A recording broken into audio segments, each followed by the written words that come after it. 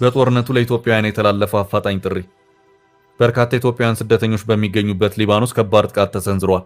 የእስራኤል መከላከያ ኃይል በሊባኖስ ውስጥ በሚገኙ ከ50 በላይ በሚሆኑ ከተሞችና መንደሮች ላይ ጥቃት ሊሰነዝር መሆኑን በማስጠንቀቅ ነዋሪዎች በአስቸኳይ ከመኖሪያቸው እንዲወጡ ትዕዛዝ አስተላልፏል።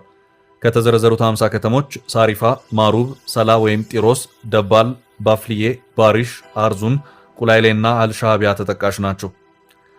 በመመሪያው መሰረት በአካባቢዎች የሚገኙ ሰዎች ለደህንነታቸው ሲባል ቢያንስ 1000 ኪሎ ሜትር ርቀት ላይ ወደሚገኙ ክፍት ቦታዎች መሄድ እንዳለባቸው ተገልጿል። ማስጠንቀቂያው አክሎም ከሄዝቦላ አባላት ተቋማት ወይም ወታደራዊ ንብረቶች አቅራቢያ የሚገኝ ማንኛውም ሰው ሕይወቱን ለአደጋ እንደሚያጋልጥ አስታውቋል። በሊባኖስ የሚገኘው የኢትዮጵያ ቆንስላም አስቸኳይ ማሳሰቢያ ሰጥቷል።